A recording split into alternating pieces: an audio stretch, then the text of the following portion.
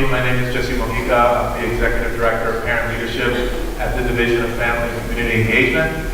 And today's training is a collaboration. We're very excited about this collaboration. We have the opportunity to work with the New York State School Board Association on a couple of trainings that will be happening. Today's training will be the first, but we will also be replicating this training on running an effective meeting in each of our boroughs. So this same training that we're having here today, we're going to have the training in every single borough: Staten Island, Brooklyn, Queens, the Bronx, and obviously today's training in Manhattan. So with that said, I wanted to introduce you to today's presenter, Mr. Worona, who is the Deputy Executive Director and General Counsel for the New York State School Board Association. I just want to let everyone know it's been in our planning of this and working with Mr. Worona and also Tim Kramer, who is the Executive Director. It's been an absolute pleasure. They have been very, very excited to work with us. They have been really excited to get to know our members, our parent leadership members throughout the city. I'll let Jay speak about his background, with an extensive background, obviously working with school boards throughout New York State. And it is just our privilege and pleasure to be working in partnership. So without any further ado, Mr. Jay Worona. Applause and everything. Thank you so much. So let me tell you a little bit about my organization, and then I'm going to tell you a little bit about me, and then we're going to just get right into the substance of the program tonight. So the New York State School Board Association is a membership organization, and it represents virtually all of the school boards in the state. It's a voluntary thing. Boards don't have to join, but about 95 or 6% do. And what we do is we provide an array of services. First of all, we train all the school board members on how to serve the kids of the state. And secondly, we lobby for all of the wonderful things that Albany and Washington need to do on behalf of our kids in terms of funding and laws that would be beneficial for our children. So those are the basic things that we do. I've been in this position for 33 years.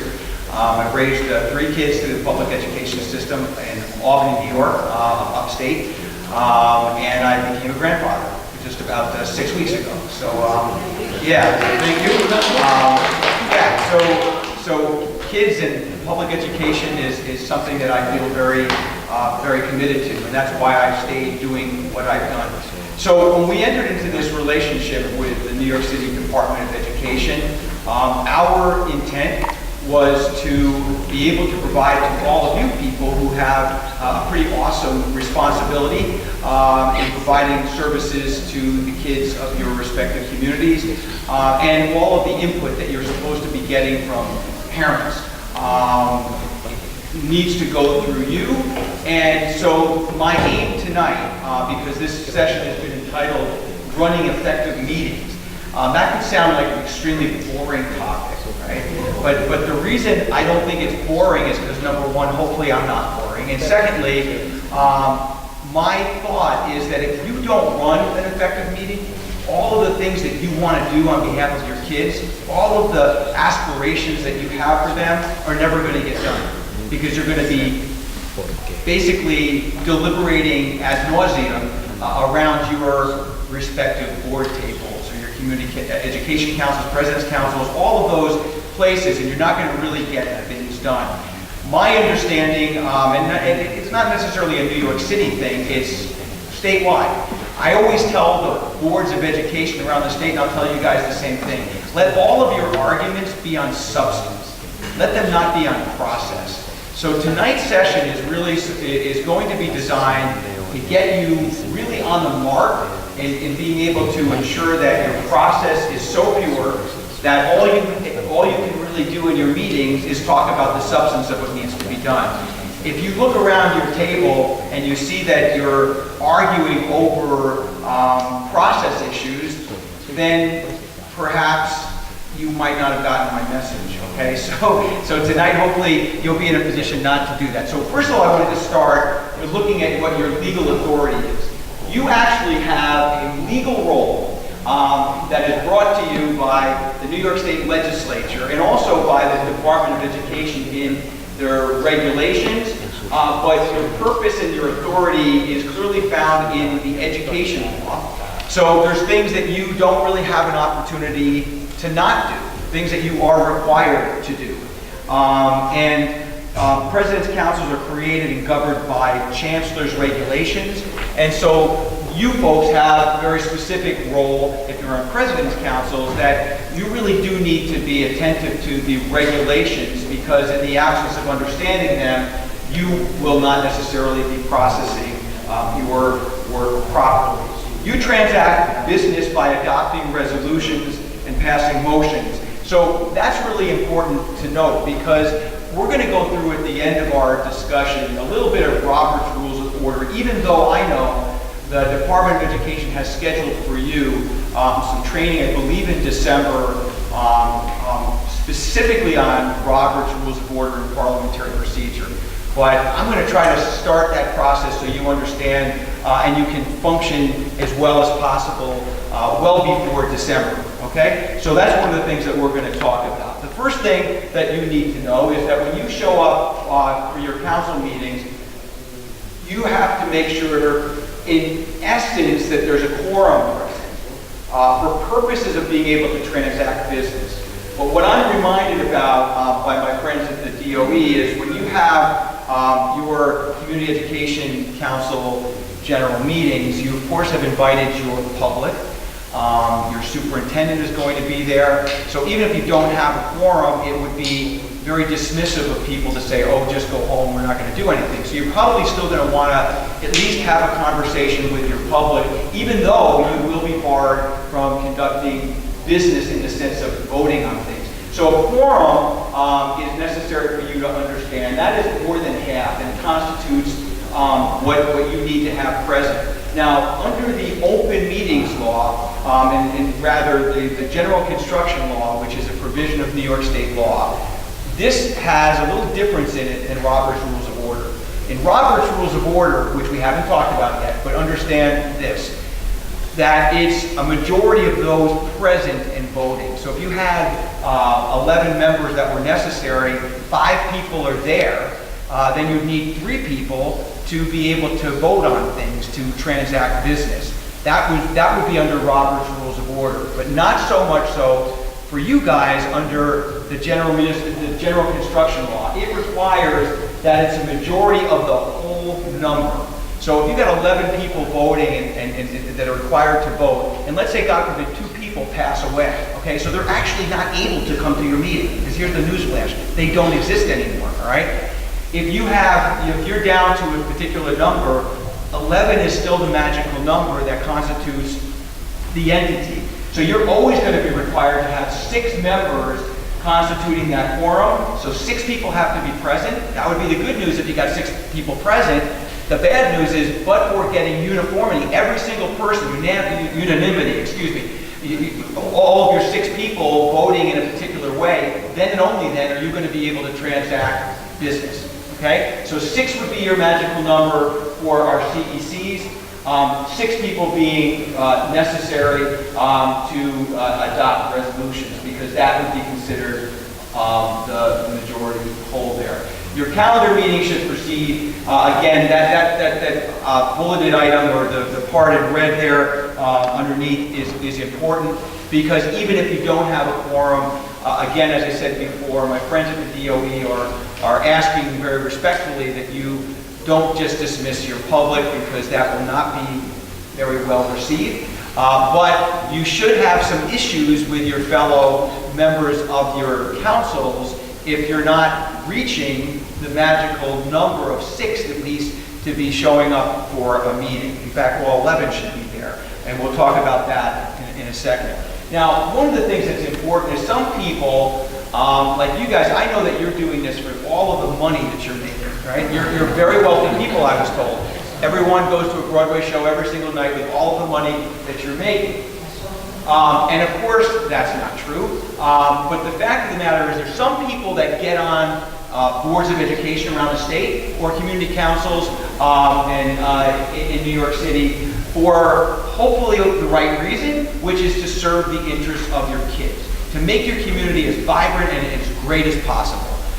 There are some people, however, not necessarily that you occupy space with, but in other areas of the world, that get on board really for purposes of trying to wield their power, trying to be authoritative. And what I want you to understand about this slide is that no one who is serving on any of these boards has any inherent powers just because they hold that office.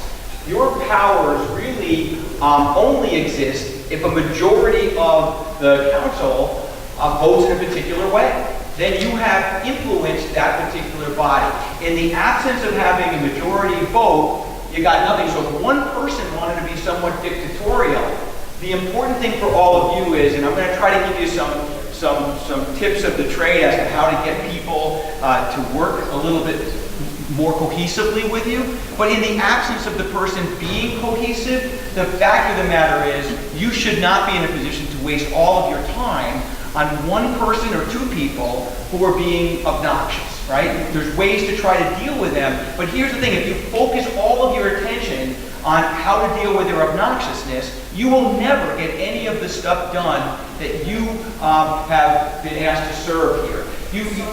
Okay? And you have a right to express your personal views. All council members do, because until such time as this is altered, we have this thing called the First Amendment that protects all of us, including but not limited to council members.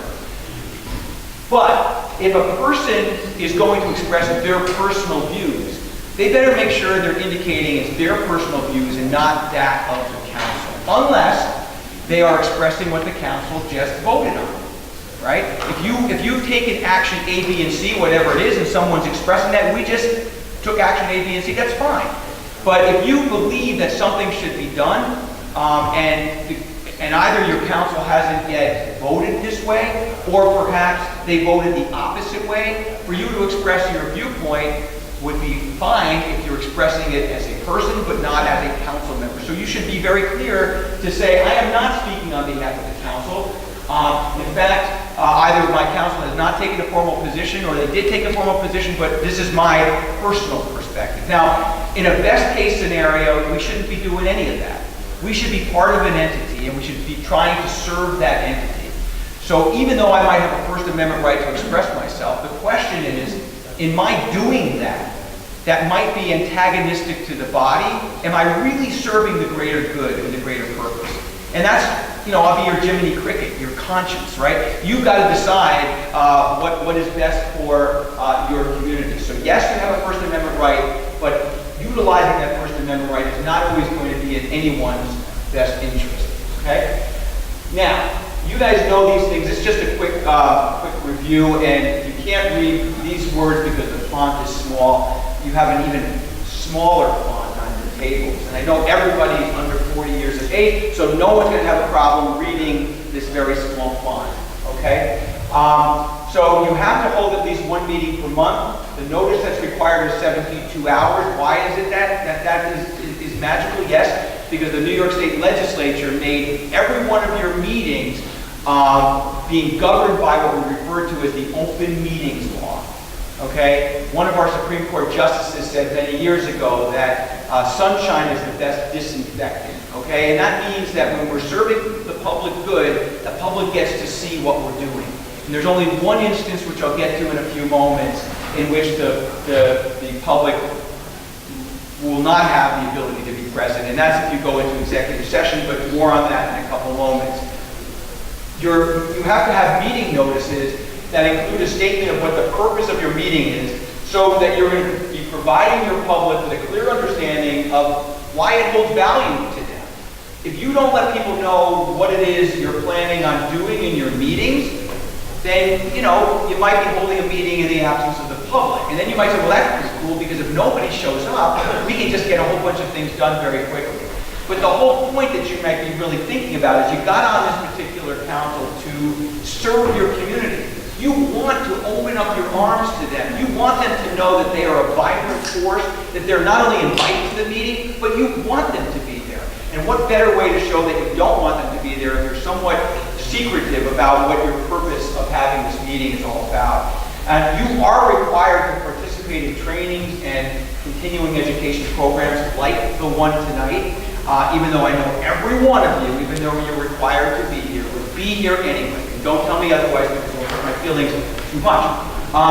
And your failure to attend shall constitute a cause for removal from office. That's also under the education law. Your physical presence is required for you generally to vote. I say generally because there might be some provisions of law that are applicable, but the bottom line is you are required to show up at your meetings and to have discussions and to participate fully and then to vote. What this slide also indicates, before we even talk about how you're going to run your meetings, is that agendas for meetings are not necessarily required by law. Now remember, agendas are different than meeting notices. If you notice your public, we're going to be talking about X, Y, and Z. Okay? Now, well, isn't the X, Y, and Z the agenda? Well, maybe it may be the agenda, but let's say you have an agenda that's 200 items long. God help you if you do. If you have an agenda that has many items of that nature, you're not going to be posting all 200 of those things necessarily in your meeting notice. But the point is that if you don't have agendas and you don't provide them in advance of the meeting, again, we get to the same point that I was at before, which is that we're giving very little incentive. We're almost giving a disincentive to the members of your public to show up, right? Because they want to know that their presence and the time away from their families, and as tired as they are after they worked all day, is going to be well worth it. And what better way to show them that than for them to see a full-fledged agenda? So, agendas aren't legally required, but you really should be coming up with an agenda. I don't see any purpose to not do that. So again, not legally required, but how do you come up with an agenda? Well, they're mutually developed by your council chair and other members of the council. And you may have individual ways in your respective council for being as democratic as possible for how agenda items are going to be put forward, okay? But generally, this is the general rule, the agendas are going to be mutually developed by the chair. They're going to be provided to you, council members, in sufficient time. Three days we're suggesting prior to the meeting, but if it can be, it should be more than 3 days, because the whole point is that you as council members are supposed to read all of this stuff. You're supposed to come to the meeting. Now a lot of stuff is electronic, but I remember in the old days, because I'm old, and in school boards around the state, they'd have these packets that would be delivered to the board members. And they would have like a little zipper thing on them, right? And so at some of the meetings, you'd see people opening their packets, and it was a very loud sound. And that was a sound that said, hey, I disrespected everybody because I didn't read anything prior to this meeting. Now, there's some times where it's not necessarily disrespectful, if there's a death in the family or something of that nature. Of course, someone's not going to have a chance to read the information, but that should be the exception to the rule, not the rule. And council members are expected to read, and be familiar with all of these matters, because here's the thing: you want to be able to engage in your discussions in the most productive of ways. You don't want to come to the meeting, not understanding what's being discussed, but you also want to know what you don't know. Because if there's some more information that you would perhaps need before the meeting, so you can be very conversant and you can engage in a very productive conversation, then you can perhaps talk to the president of the council to seek some more information, perhaps from the superintendent or whatever. Because the whole point here is not to have you searching for answers to things that could have easily been provided to you rather prior to the meeting, so that you're as conversant as possible. Okay? Your agenda will include previously scheduled items. You may put some other things off for other meetings, so your agenda will start with all of those. And it will also, of course, have new business that is going to be added for each one of your meetings. You're able to request items that will be placed on the agenda. If you read the second point here, these are some suggestions that we have. And by the way, the DOE has given you proposed bylaws that hopefully all of you have really looked at. I'm advised that some of you might not have, but it's important that you look at them and fill in the sections that need to be filled in. But those bylaws, by the way, really do dictate specifically how these meetings are going to be run.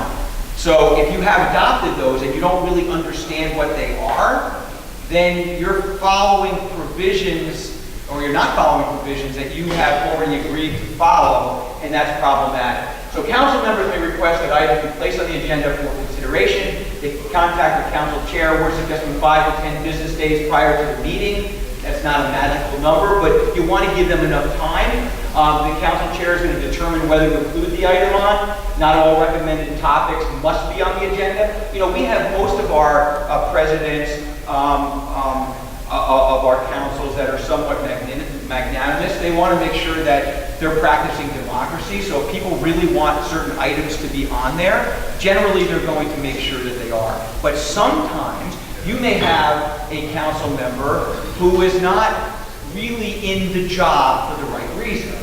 And they may have nefarious purposes for trying to put something on the agenda, which is really only on there to play gotcha with somebody. And the council chair might say, well, you know, that's not really what we want to see happen here, because I don't want to play gotcha. I want to say, I want to play help the kids. That's my game that I want to play.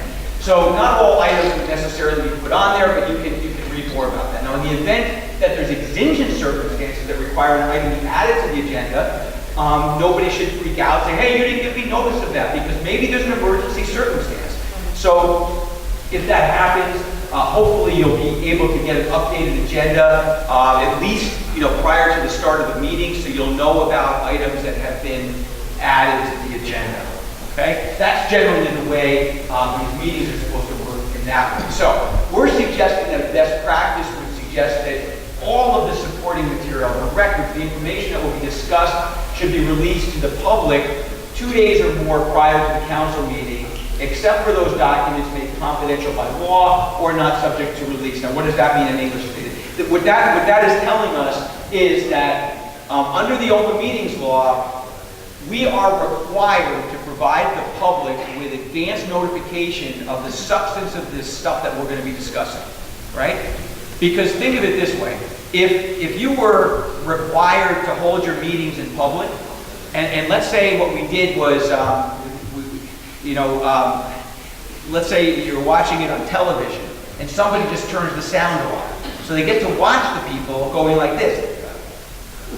Right? They're not seeing anything. So they're supposed to hear what's happening. They're supposed to see what it is you're voting on. Let's say you guys are discussing some topic, and it's an exhibit 5354. I'm just making numbers up to it, right? And the public sees, yes, you're discussing 5354, but they're thinking in subtext, what the heck is 5354, right? So in advance of the meeting, we're supposed to be releasing all of that stuff to them so they can understand what we're doing also. You guys are getting the big bucks. You are the people who are moving all of this stuff down the road, right? To try to work for the needs of our kids. And the parents, perhaps, the other people who are there are spectators, although they do get to participate. More on that in a couple of minutes. But the fact of the matter is, they can't be spectators without understanding what you guys are doing.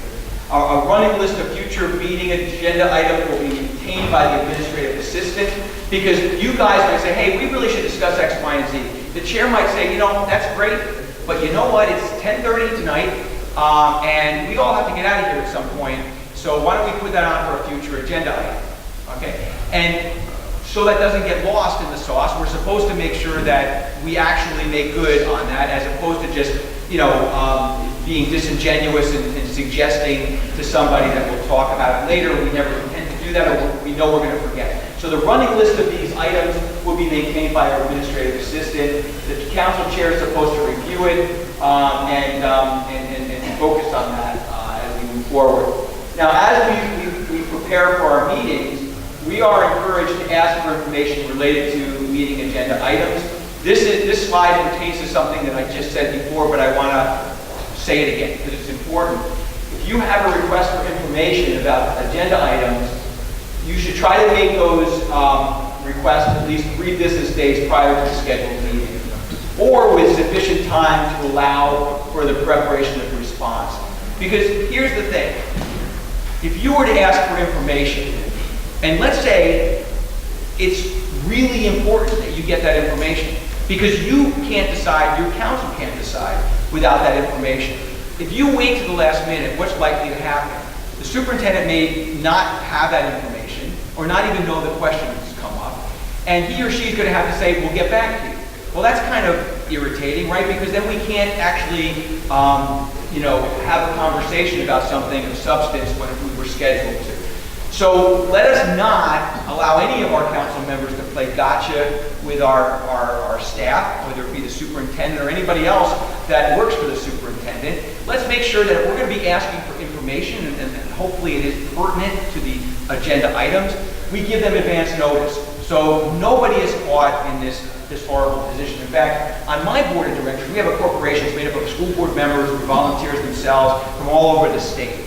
And many, many years ago, when I was just starting out, I was in my 20s, and the treasurer of our organization called me and she said, I have this legal question that I want to ask you, and I'm going to ask at the next board of directors meeting. And then she gave me the question, I started to answer it. She goes, no, don't answer it.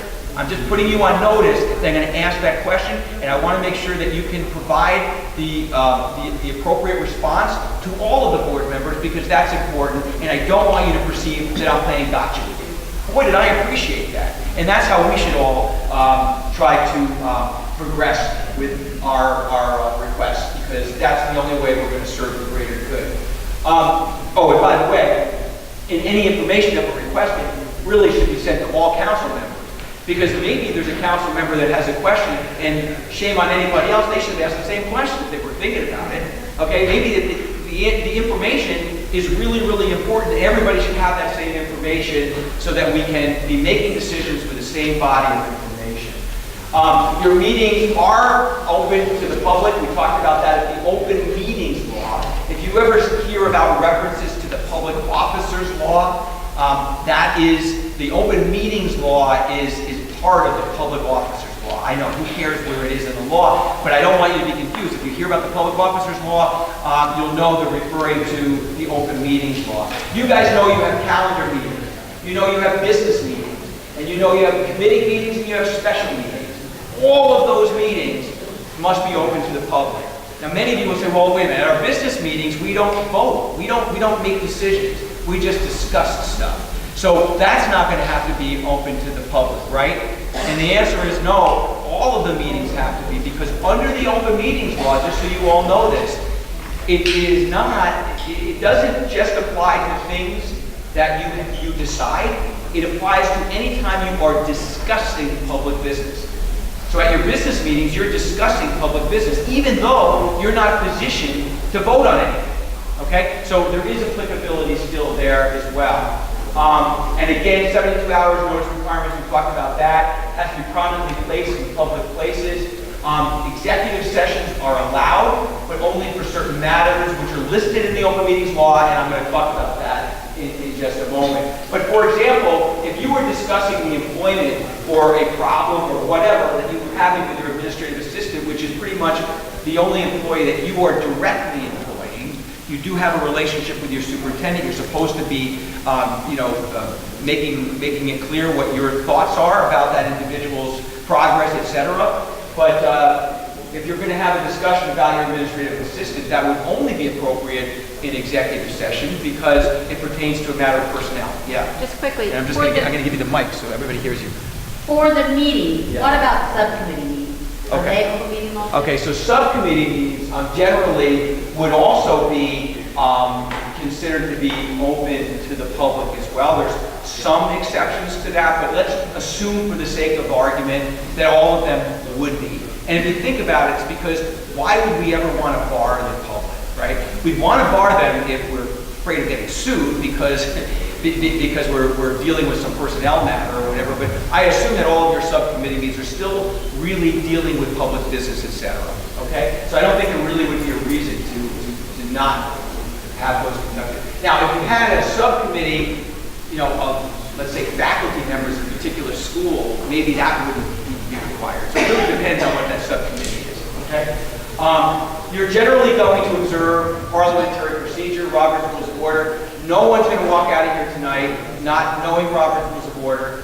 You will scare your council members because everybody always uses Roberts in this way that makes you scared. Oh, I have no idea, right? Trust me, you're going to understand it totally before you leave here tonight. And individuals wishing to speak during council meetings must first be recognized by the chair. All communication throughout the meeting should be directed to the council chair. Let's look at that second bulleted, it's not really bulleted, but it's in blue, okay? This is really important. When someone is watching your meeting, we don't want it to be so formalistic that we don't have democracy. But we don't want it to be so unformalistic that we can't have democracy. And what I mean by that is we don't start, for example, in our calendar meetings with motions that someone makes, we second it, and then we have a discussion. We could have otherwise a free-for-all where we're talking about really important stuff maybe, or not. Or maybe people don't even understand what you're talking about because the item that we're talking about isn't even properly on the table. So what we're suggesting is that we really should have a motion that's made, seconded, and then we're having a discussion. But when people start to talk, instead of sitting around the table and then you as a council member say something that I just don't agree with. So I start saying, well, you're wrong. And you say, no, you're wrong. And we're having this whole dialogue back and forth and back and forth. And the chair is sitting there like, what? Right? The chair is supposed to be controlling the meeting. So if I have an issue, I should say, Madam Chair or Mr. Chair, I have a point that I'd like to make. All right? And then I get recognized, I make that point. And let's say the guy across the table thinks that I'm wrong again. He goes to the chair and asks, okay? Now, as a chair at this point, once I've made my position clear, the other person's made his position clear, let's say we're just not, we're going to have to agree to disagree. Then we need somebody to play the parental role, aka the chair, who says, enough, enough, let's move on to the next item here. So everything really should be going through the chair. And all communications throughout this meeting should be directed to the council chair. And you guys have to police your own meetings. Because if your chair is going to be against the world here, that's horrible.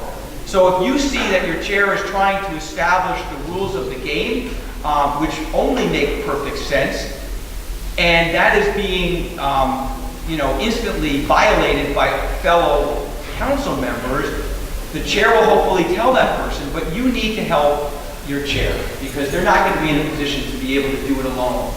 And the council members, yes, they're going to maintain the right to ask questions at the council table. Each and every one of you certainly have that right. But after being properly recognized by the chair, you may discuss, provided information or ask additional questions. But again, I can't stress the importance of this slide enough. I train boards all over the state, school board members all over the state. Many of them claim to be sophisticated. And then I go to their meetings and I watch this free-for-all, right? These are people with Harvard law degrees, okay? So we're not talking about people who think lowly of themselves. And so it really doesn't matter what the person's educational pedigree is. It's a matter of civility. And in the absence of this civility thing happening, let me tell you what's not going to happen. Your work, okay? So, you, the council chair, again, you are a council chair. Just show of hands. Anybody here a council chair? Anybody? Council president? Okay. All right. President. I kept calling you a chair, but you're chairing the meeting. You're president. Okay.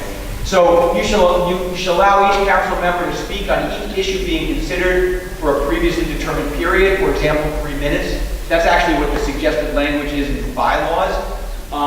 And in short, it is the council president's responsibility to manage time. It's a good practice for the council to have another individual other than the chair to serve as timekeeper, because you want to make sure you're following the whole meeting and keeping everybody on point.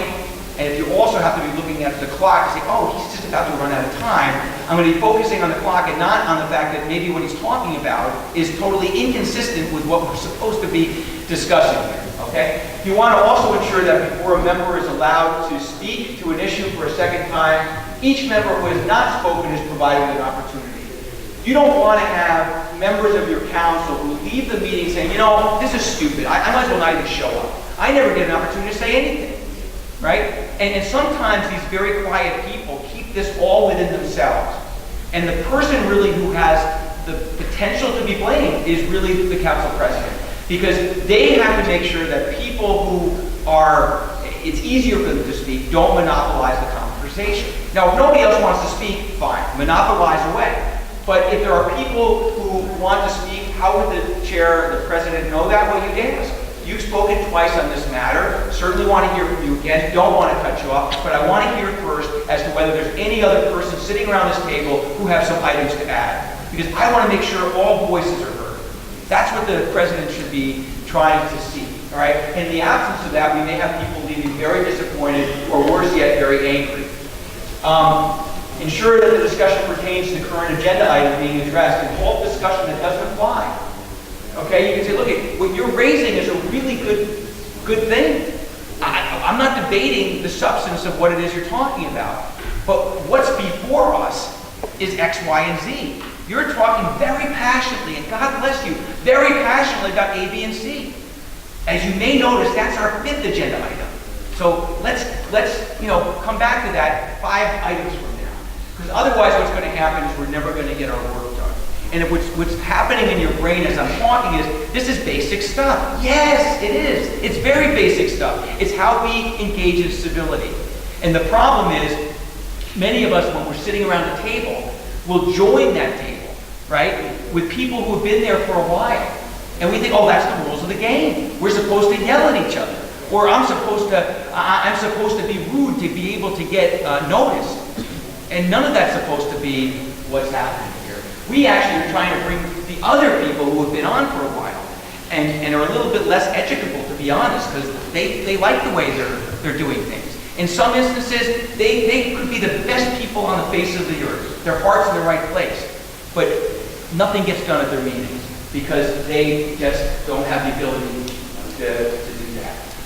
The council chair generally halts discussions on issues raised that aren't on the agenda. We just talked about this. The chair would ask if an issue should be placed on a future agenda for discussion, and that's important because if I'm going to be silent, I don't want, in human nature, I'm going to be offended. Because it's a really good point. And you know what? I want to make sure we can discuss that in really great detail. We don't have the time tonight. So for me to be able to pay the greatest respect for you, let's all put that on the next agenda. Now that person might feel, okay, I can wait a meeting, and then we're going to have it properly decided. Okay? So that's the way to try to deal with that person. And the president has the same rights as any council member to make motions and vote, but generally, you really want to have somebody else vote, and you don't want to be the deciding vote here. And you don't want to be the person making motions because generally you'll be perceived by your fellow council members to be dictatorial. So that's not really what you want to do. And by the way, if you have to make the motion because there's not enough people, it's probably not going to pass anyway, at which point you just, harmed yourself. The chair will first provide an opportunity for other council members to make the motion before offering his or her own motion, but again, that last bulleted item, let's try not to get to that point. Voting should be by a showing of hands, roll call, or voice. We had a situation in school boards around the state that is not necessarily as applicable to you, but the point I'm going to make is, and it had to do with the first meeting is called the annual meeting, the reorganizational meeting. Yours is called their annual meeting. In school boards around the state, it's called the reorganizational meeting. That's where you vote for your presidents and your vice presidents. You guys do the same thing, okay? But what happens is somebody joins the council, and then they find themselves immediately being lobbied by some person they never met before. Says, hey, would you vote for me for president? And it's very uncomfortable because it's like, I don't even know this person, right? And so, okay, maybe I will. And so a lot of people would say, what's really easy, what we'll do is we'll have a secret ballot. Because I'll tell this person I'm going to vote for them, and then I won't vote for them, but I don't offend anybody, right? And that's what was happening around the state until the open meetings law policeman, Robert Freeman, who is the executive director of the Committee on Open Government, he's the guy who the New York Times calls when everybody in any type of governmental body engages in some practice that the press doesn't like or the public doesn't like, and they call him and say, hey, did they do it wrong when they did X, Y, and Z? And generally he'll say, yes, they did it wrong. And then that gets printed in the paper and it's very embarrassing. okay? So in this particular instance, what Bob Freeman said is, look, you can't have a secret ballot when you're voting for your officers, right? And so the law very clearly says every one of your votes has to be not only in public, but there has to be a record of how everybody voted. And that's why we do it by show of hands. And remember I gave you my analogy before about watching television with no sound? You can well imagine that's exactly what would happen if there's a secret ballot. Okay? So we can't do it that way. Council members will bear in mind that it's not helpful to repeat points that have already been made. Reasonable effort will be made to balance the need to express one's opinion with the goal of conducting an efficient and effective public meeting. One of the best things that presidents can do, and you guys can help your presidents too, is let's say people are saying the same thing over and over. Well, you don't want to be dictatorial, and yes, they have a right to say it. But if somebody could say again, hey, this is what I've heard so far, X, Y, and Z, A, B, and C, then the person might say, okay, they get it. This is clearly what's already been said. I probably don't need to repeat that. But if somebody feels, well, I'm going to say this because I'm not sure they heard this, you know, it might be helpful to remind them that, yeah, actually, we did hear you.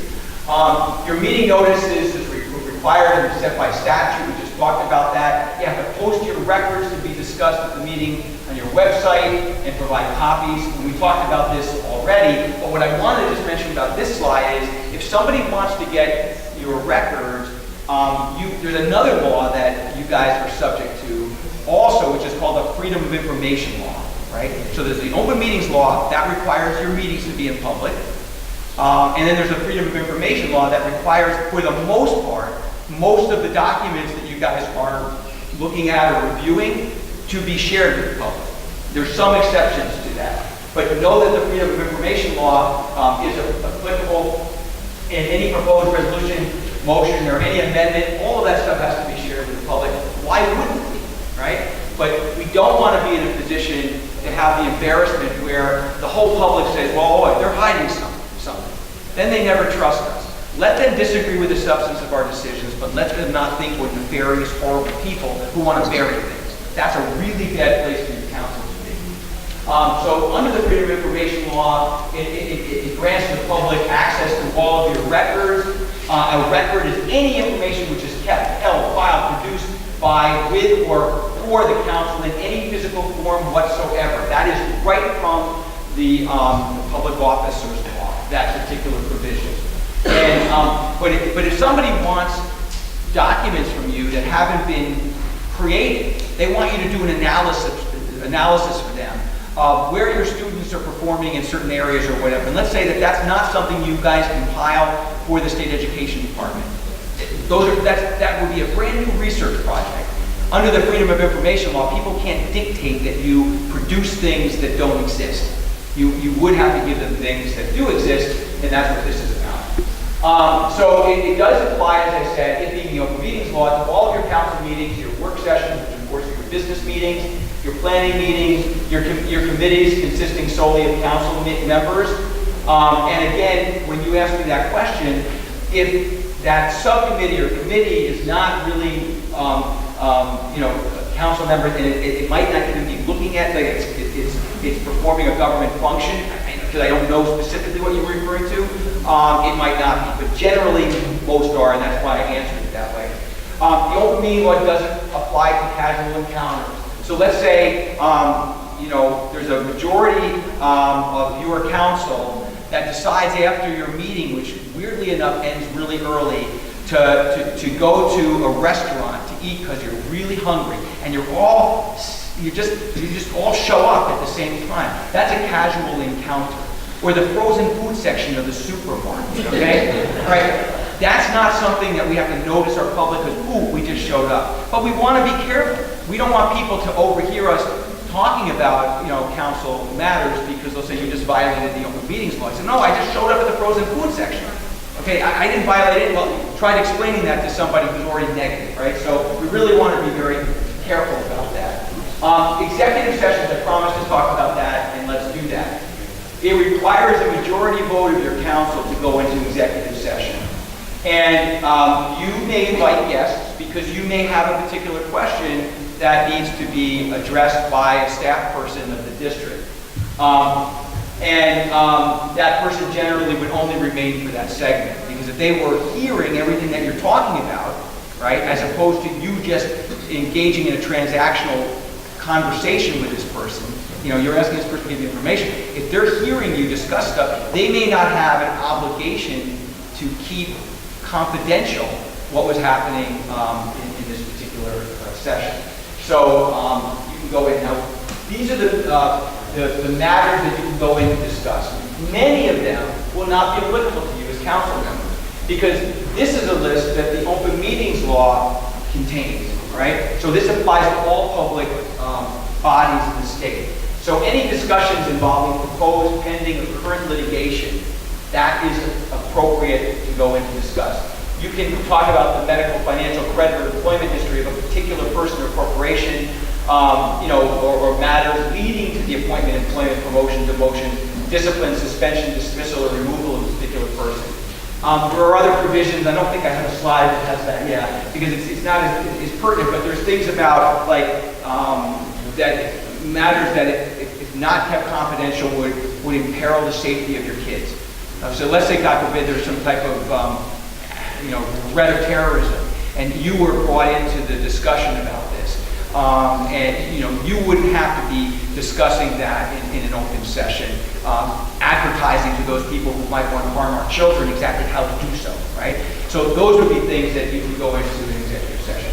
So in this one, you know, I put in blue that the employment of your administrative assistant would be generally the person that would, you know, be part of this. Now, whenever you're involved going into an executive session, the Committee on Open Government has actually said that you're supposed to indicate the particular purpose for which you're going in. So you're not going to, let's say your administrative assistant's name is Sheila Jones, okay? So you're not going to say, we want to go into executive session to discuss whether we want to fire Sheila Jones.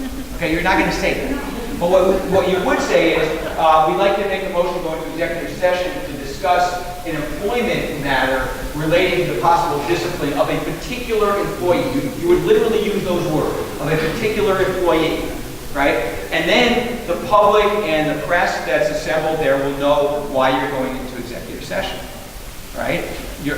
If it was, let's say you were going to have discussions about hiring a superintendent or being part of that whole conversation, it would be to discuss matters leading to the appointment of a particular person. That would be the verbiage that you use. So you're supposed to be precise. And why do you have to be precise? Because you can go into executive session for certain purposes only. It is human nature to want to go behind closed doors and talk about stuff without people being present, because it's a lot easier. Democracy is really very difficult sometimes. And then we have the snarly things that we have to deal with. So if people believe that you're really going into executive session to try to discuss stuff that you don't have the legal authority to do, what better way to give them that viewpoint than to not be specific as to why you're going into executive session? So you want to be very specific, all right? I definitely killed that one. All right. Members, you have to keep confidential any information that you acquired in executive session.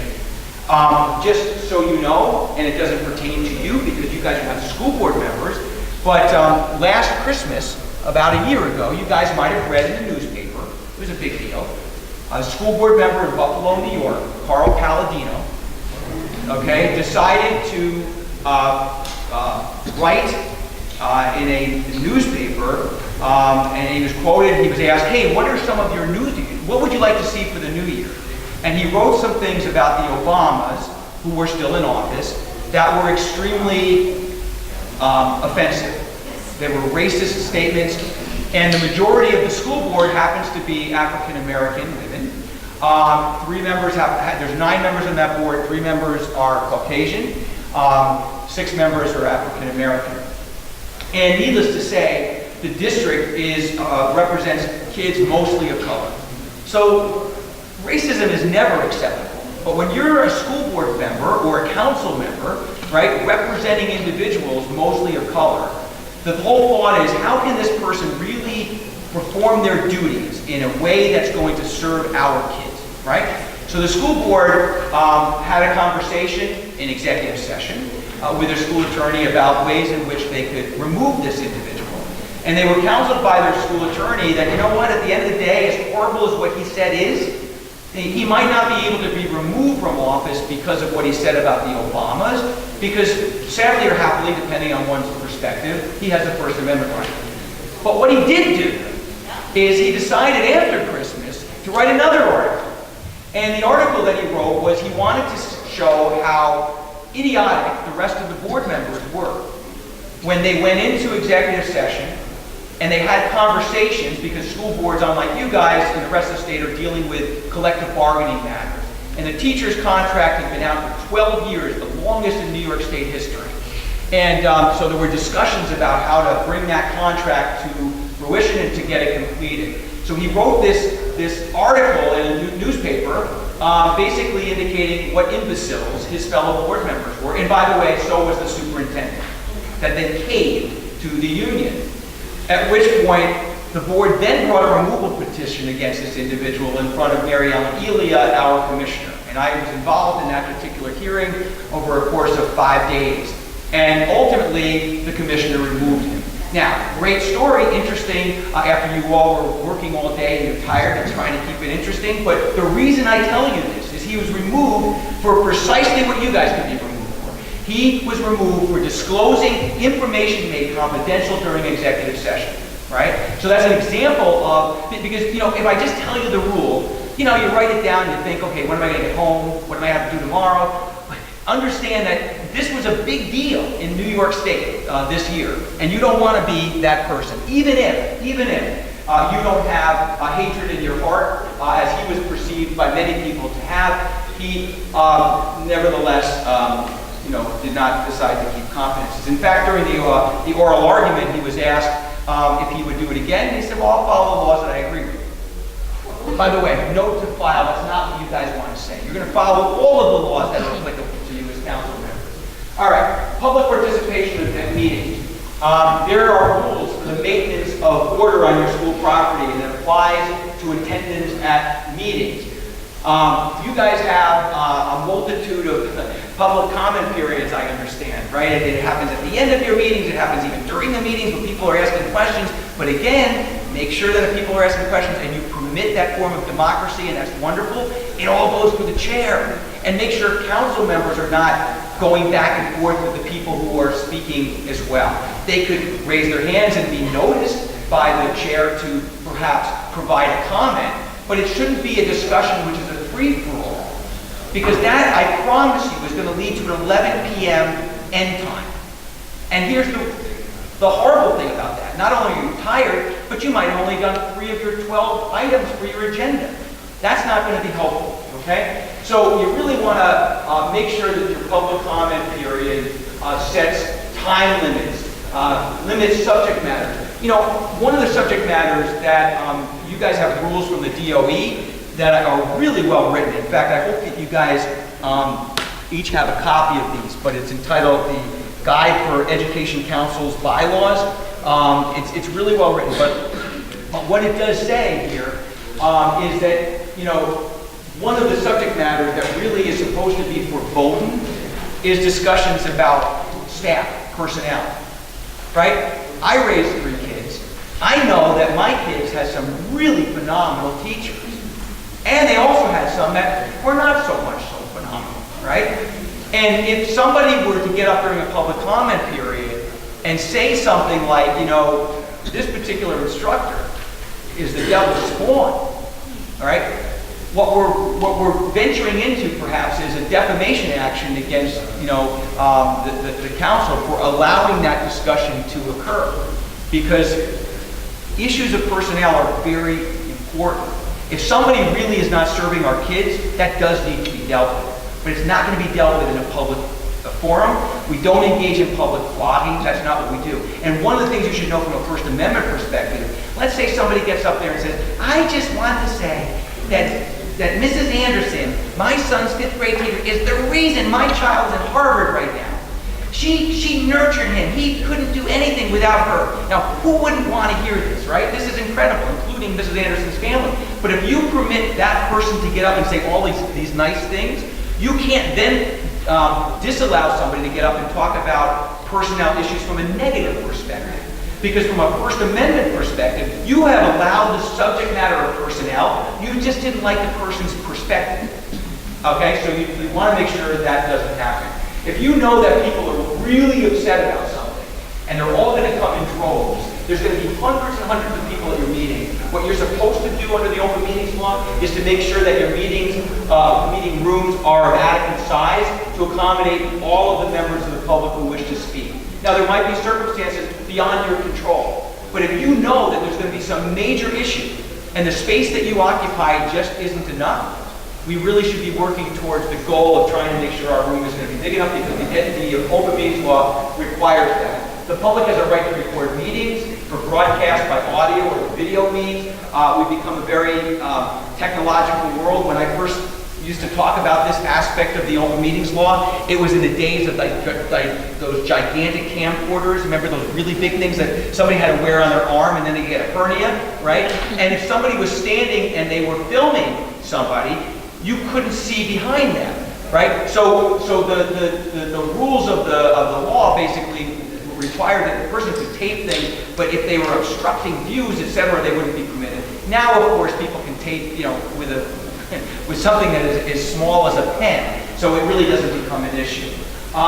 Generally, the members of our public who wish to address you during your open public comment period will comply with the provisions of your bylaws, which I really want you all to read, and the specific times and procedures applicable to public comments. Many of you allow your public comment throughout your meetings, and again, I'm telling you, if you do that, that's great. To change that now would perhaps not be well received by the public, but make sure if it hasn't been properly managed, you start properly managing it. Because that could be the reason why you don't get things done. Your council meetings are supposed to be meetings in public. They're not really supposed to be meetings of the public. I'll say that again. They're supposed to be meetings in public, not meetings of the public. Yes, they're invited. They can even participate. But you're leading the charge. You're steering the ship. And if they preclude you from getting that done in the name of democracy, right, you're not serving even them. Right? Because yes, they got to talk ad nauseum. And they had this cathartic experience where they just said everything they wanted to say. And then nothing happens. Now that doesn't serve anybody. The chair should review the procedures and rules for public participation prior to the meeting. Why? Because if you're going to cut somebody off, you don't want to make it look like it's personal. You tell them what the rules are. And then you remind them of the applicability of those rules to them. You're not announcing it for the first time when they get up there and disobey the rules. During your public comment period, you will listen to comments, but only the chair as a designated spokesperson is going to respond if the response is necessary.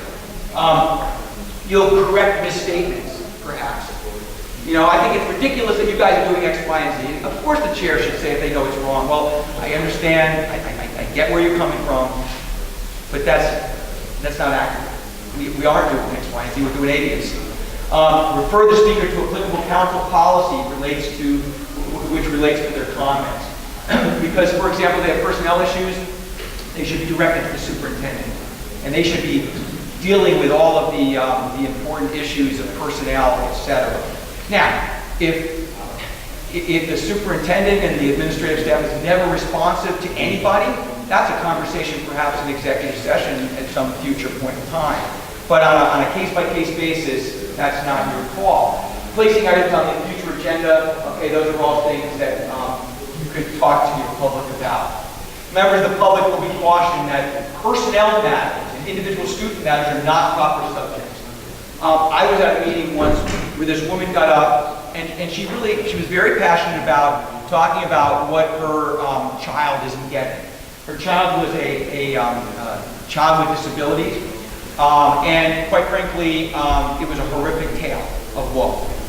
But this particular child, notwithstanding mom who wants to talk about it, has rights under the Individuals with Disabilities Education Act to the privacy of her educational records, and has protections under the Family Education Rights and Privacy Statute. Someone was asking me if beginning of the meeting, I think you said, I want to learn all the acronyms. So that one is FERPA, the Family Education Rights and Privacy Statute. That requires us to guard the sanctity of student educational records. So if somebody wants to get up there and say something, they really do need to be cut off, because that is not the appropriate time to be discussing individual student records, even if that person is very passionate about it. Your codes of conduct can be developed and incorporated into your bylaws. It should include provisions governing conduct of council members. Guys, this is so important. If you're going to say that somebody's not being civil, wouldn't it be more persuasive to say you're not acting in accordance with the code of civility that we all agree to? That is so much more persuasive, and I think you're going to be a lot more, you're going to be much more benefited in that particular regard. Okay, so the last thing, and then we're going to open up to questions and anything else you want to talk about, is parliamentary procedure. So what I promised is no one's going to leave here tonight not understanding it, because most people are so confused by this. You know, the very first, my organization has an annual meeting, and at our convention. We just had our convention a couple weeks ago. It feels like a couple years ago. There's like 3,000 people that come from around the state, and we have a business meeting where we vote, our members vote on resolutions that will become the platform, the lobbying position of our organization, right? And so many years ago, I was asked to be the parliamentarian and counsel for this meeting. So I took this pretty seriously, and I took all these courses on Robert's Rules of Order. And my very first meeting, somebody came up and they looked at I had Robert's Rules of Order, newly revised, brand new book. And this woman had been on a PTA, and she really felt that she was an expert. She was from Long Island. And I remember her saying distinctly, these were her words, she said, your book is not even, you didn't even turn over the pages, you never even opened the book. She goes, you're gonna be like a fly on a swatter. That was her comment to me, that she was gonna kill me during this meeting. So that really didn't happen, but what I realized after that meeting is, first of all, I gotta take my Robert's Rules of Order book and I gotta move all the pages so it looks like I've read it a million times. So I urge you to do that if you have Robert's Rules of Order. And secondly, you wanna make sure that you're not intimidated. So what was handed out to you tonight, and I have a laminated copy, is a handy-dandy cheat sheet that I'm going to walk you through so that nobody's ever going to be confused by this, and it will all work out. So let me just give you some elementary things first, and we'll talk about this. And by the way, then for your training in December, hopefully it will be a refresher for you as opposed to learning it for the first time. And the reason I don't want you to wait till December is because you have meetings well before that. So first of all, parliamentary procedure should be used to provide quorum, not for purposes of obstructing democracy. You may have somebody who's been on a council for a long time, and the person might really know Robert's Rules of Order, or maybe they don't, but they say they do. You know, I have this friend who spoke of another friend once. I loved his expression. He said, Paul, that's the friend, he says, Paul is often wrong, but never in doubt. Okay? So, you know, there are people who are very self-assured. And so they may tell you that certain things are not in order or whatever, and whether they're right or whether they're wrong, the reason they're saying that is to obstruct the meeting, to silence people. That's not what this is all about. This is about making sure that we show profound respect for the process. You know, it's like high school graduations, right? When our kids get to that particular level, you know, that's a big deal, right? And there's a lot of pomp and circumstance that goes with all of that. And we keep that forever because it shows us the respect that we have for that particular event. And your council meeting should be regarded in the same type of light, okay? So everybody gets a chance to voice their opinion. Everyone gets a chance to vote. You must take yes and no votes. Anyone who doesn't vote is abstaining. An abstention basically is counted as a no vote. You know, and then we'll repeat, 10 in favor, 4 opposed, 2 abstaining, okay? Those are the rules. So I'm not going to go through, well, there's 4 types. There's the main, subsidiary, privilege, incidental. I don't really care about this. But this is hopefully what you all receive. And let me walk you through this as best I can. The first thing is, to really be able to discuss something and have a proper and appropriate debate about it, somebody should be making a motion, right? I move to do X, Y, and Z. The chair should say, is there a second? In the absence of a second, you know, first of all, it's not going to pass, right? But secondly, it's not even worth discussing. We can't even muster up 2 people who are interested in discussing it. It's a waste of our time. And that's important, folks, because if you come from a council where you think that maybe there might have been some segment of your time that was wasted, what if we're talking about something that we're discussing that only one person, as wordy as they are, as strong-willed as they are, is carrying on about, but they're the only person in the room that believes this? Why would we even entertain that conversation, right? Because we don't even have a second. It's used to introduce new ideas. The motions should be in writing, out prior to being made and debated, but not always. I mean, you know, under Robert, they should be, but they're not always going to be in writing, but it's sometimes helpful. Okay, now, subsidiary motions, we're going to get to this in a second. If you look at your chart, you will see, look at the numbers here. It starts with number 1, right? Number 1 through 4 are privilege motions. Number 5 through 11 are what we refer to as incidental motions. Numbers 12 through 18 are subsidiary. And then we have motions that bring a question before our assembly. But subsidiary, you can see them. These are motions that would help us dispose of a main motion. Somebody might want to say, well, you know what?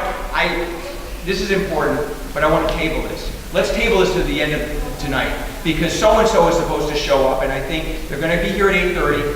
I think let's get their input on this. So if you look at somebody wanting to table something, that's number 12, you say, okay, well, do we need a second for that? So look over in your handy-dandy list. Do you need a second for that? Yes. And is it debatable? No. So now somebody's saying, I don't think we should wait for Joe Schmo. The chair immediately said, no, we're just going to take a vote on that. Okay? Not because the chair is being dictatorial, because the rules don't allow for debate. And then if a majority of 11, 6 people agree, we've just tabled it. If somebody wanted to close debate, which would be to say, look, we've talked about this ad nauseum. I understand the very strong positions that everybody's maintaining, but here's the newsflash. No one has said anything different in the last hour, right? So I would like to make a motion to close debate. And so if I make that motion, does it need a second? Yes. Okay. And is it debatable? Well, is it debatable? Number 13? No. Okay, that's an easy one, guys. You're scaring me. Okay, and then the vote requires a 2/3 vote. Why? Because if we're going to be somewhat anti-democratic, we're precluding people from continuing to discuss something, we want to make sure an overwhelming majority of a supermajority of our members feel that way. Because if they do, fine, we cut off discussion. If we don't have 2/3 of the vote, then we don't.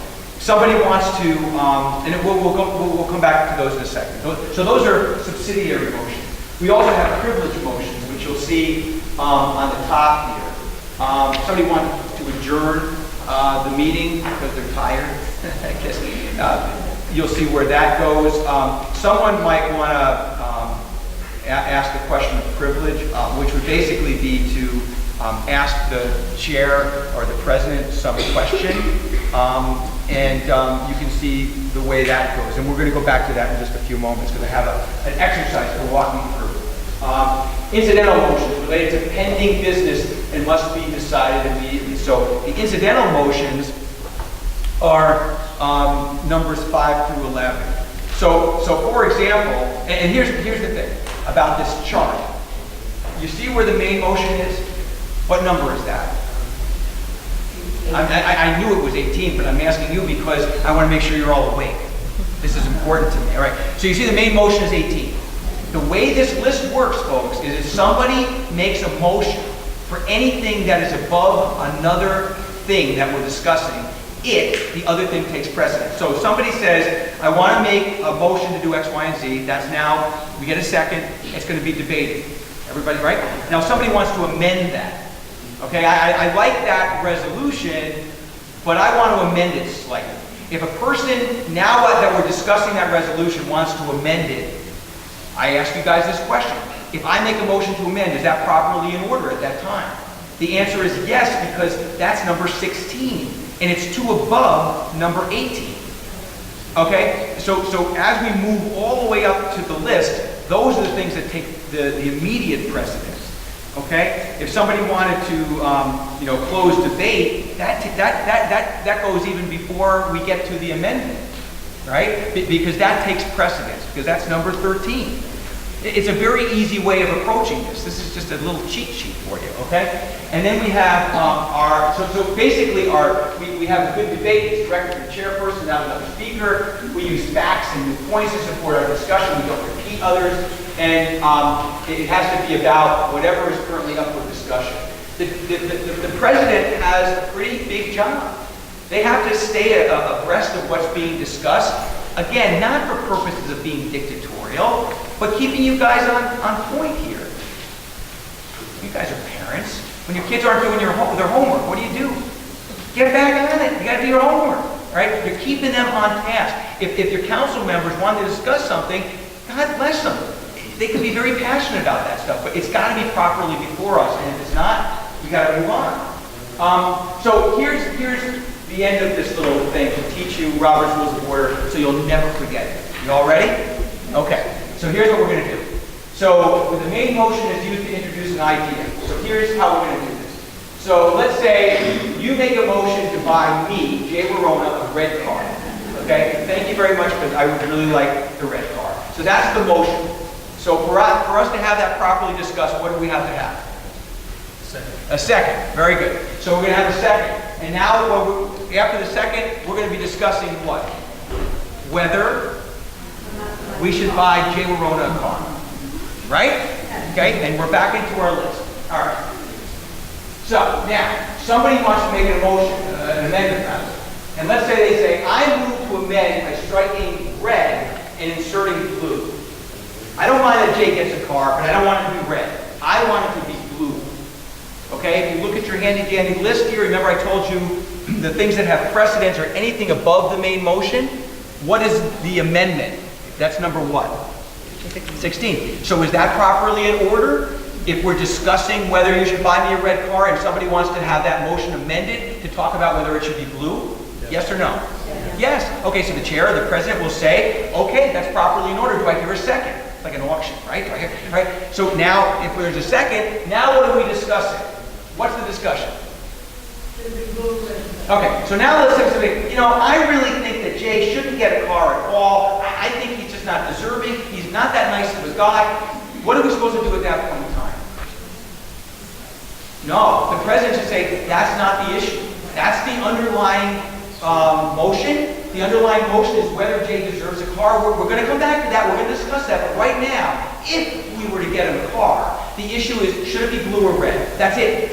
And if you don't want to discuss that, then keep your thoughts about whether he's deserving about a car till we get to the underlying motion. Does everybody see that? So I'm giving a stupid example just to make the point here, right?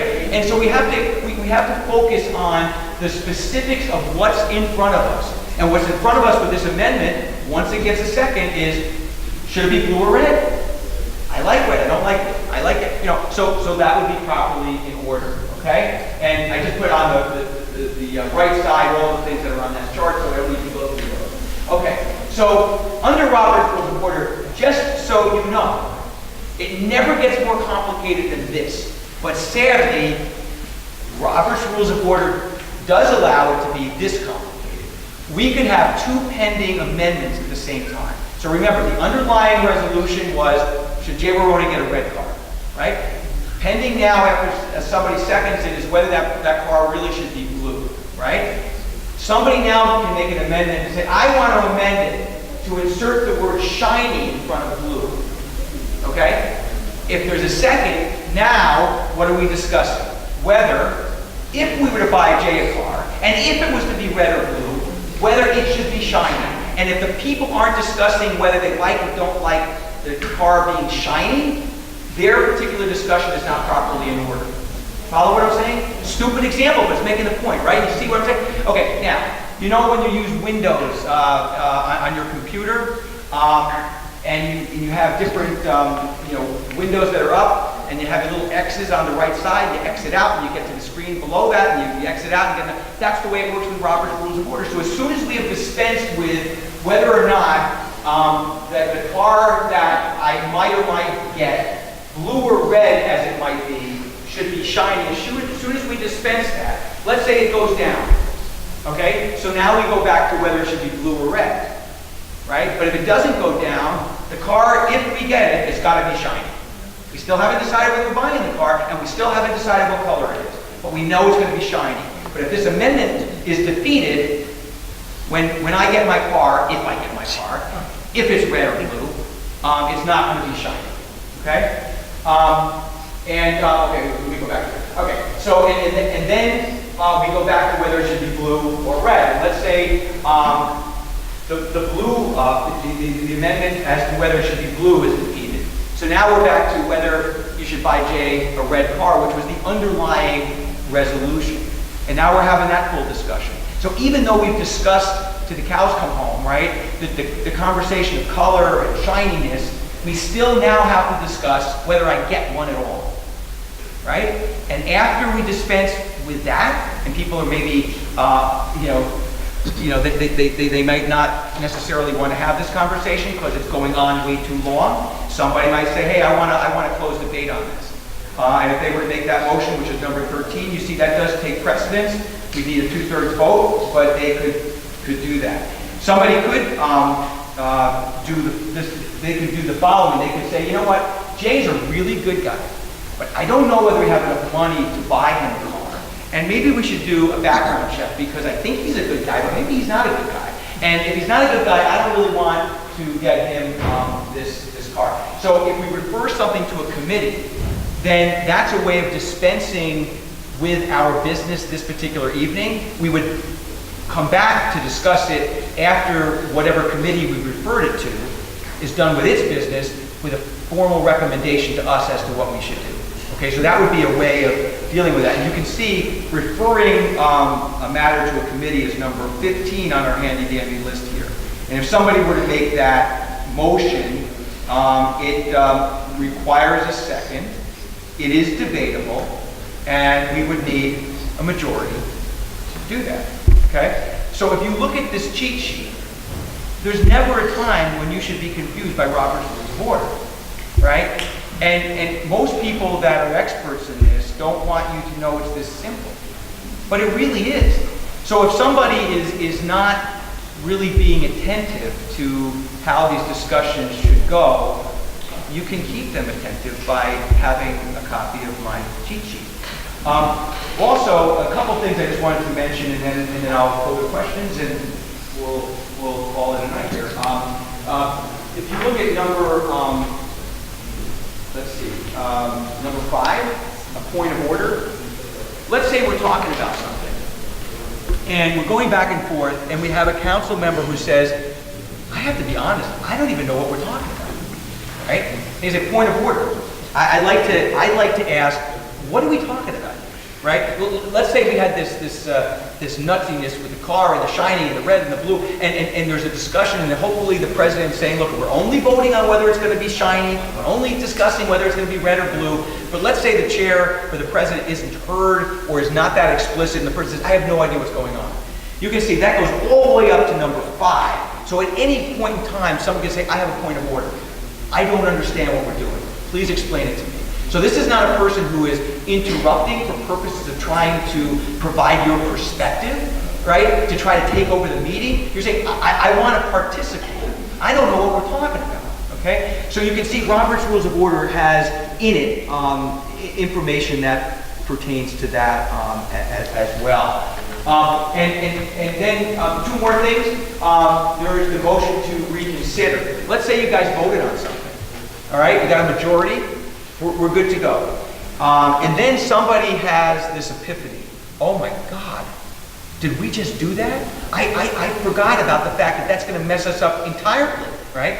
So if the person, if there's a person on the council that wants to undo what was just done with an, oh my God, we just really screwed up, as opposed to, I don't like what you people did, right?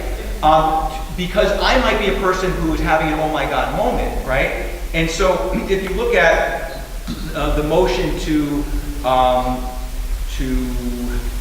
me find this here. To reconsider, it's at the very bottom of the list here. You'll see that it has to be a member who voted on the prevailing side. Right? Because if something was passed and I didn't like it and then I want it to be reconsidered, what am I doing? I'm wasting your time. A majority already decided. But if I'm part of that majority and I'm having an oh my God moment, I could potentially say, I really think we should reconsider this. Let me tell you, we made a terrible mistake. And so you can see that it is, most of the time it would be debatable. And it would require a majority. And the one above that, my final slide here, is let's say that happens, but the meeting ends. And we say, we bought me a car. I'll get you in 1 second. The meeting ended, but we bought me a car, and then somebody says, are we aware that we don't have any money in our bank account? So at the next meeting, whether you voted in the prevailing side or not on the prevailing side, you could make a motion to rescind, which is to try to undo what we've done. This would not be properly in order if we already did it. Like, for example, the school district in upstate New York that had a motion that was necessary to build a school building. They built the school building, and then the person said, I want to rescind. Hello, the school building is already erected. We can't undo that, okay? So if we haven't won the contract yet, whatever, that might be properly in order. Yes, you had a question. So if you trying to reconsider the motion doesn't affect the majority, are you saying that it wouldn't even make any sense? No, the majority has to vote on it. What I was trying to say to you is this. Let's say we're having a meeting right now. It's this evening. We've now voted on something. You voted to do it. You thought it was a good idea. You're having second thoughts. Even though you were on the prevailing side, you voted to do it. You make a motion to reconsider it. It requires a majority to agree with you, and then it's undone. But it has to be done the same evening, right? Because if it's not the same evening, we have to do a motion to rescind. Okay, that's the one that's done at the next meeting. But if we want to undo it tonight, it would be a motion to reconsider, and it would require you to be a person, if you were bringing the motion, who voted in the majority, or on the majority side. Okay, but then it still requires a majority of the board to undo it, or it doesn't get undone. Yeah, so you pull, right. Well, okay, so if it was that close, yeah, if you re-voted it, it wouldn't pass for, you know, for a majority. But the point here is, most of the time, hopefully you would be persuasive with your colleagues around the table, say, hey, we just made a terrible mistake. You know, I was even in favor of this. I just thought about it. What other questions do you all have? Yeah. So we're talking about 3 types of meetings. We have CEC, Yeah. we have regular PTA meetings, Yeah. we have president's council. Yeah. I understand that open meeting only applies to CEC and education. And president's councils too. And President's council too? Right. So if anybody can report president's Yeah, it doesn't meeting. apply, I don't think it applies to PTA meetings, but the other types of meetings it does apply to. But it does apply to PTA meetings in the sense that on the education law, any member of the public may go to a PTA meeting. Right, but that okay. Right, but if the open meetings law is not applicable because state law doesn't require it, then all of the things that we talked about wouldn't necessarily come into play unless, you know, there is a commitment to follow the open meetings law. But state law wouldn't be dictating that, okay? And there might be some differences that I'm not aware of with respect to the PTA. Any other thoughts? Yes, go ahead. What's that? Oh, it's called the Dignity for All Students Act. The acronym is DASA, D-A-S-A. It came out in 2010. And then it was amended to provide protections against cyberbullying as well. Okay? So let me close sort of the way I began. You guys have, in all of your walks of life, whether you're on a President's Council, Community Education Council, PTA, whatever you're doing really because you want to make your communities as great as they can be, and you want to make sure that your kids are in the best position they can be. So I was hoping tonight that what we could go through, and some of these things that really do look very basic, was to give you some tricks of the trade in terms of how to ensure that your meetings are run effectively and efficiently so you can get to the substance of the things. With that, thank you very much. Jesse, you want to close it out? Or? Just once again, thank you very much, ladies and gentlemen. And as Jay said, this is the beginning of our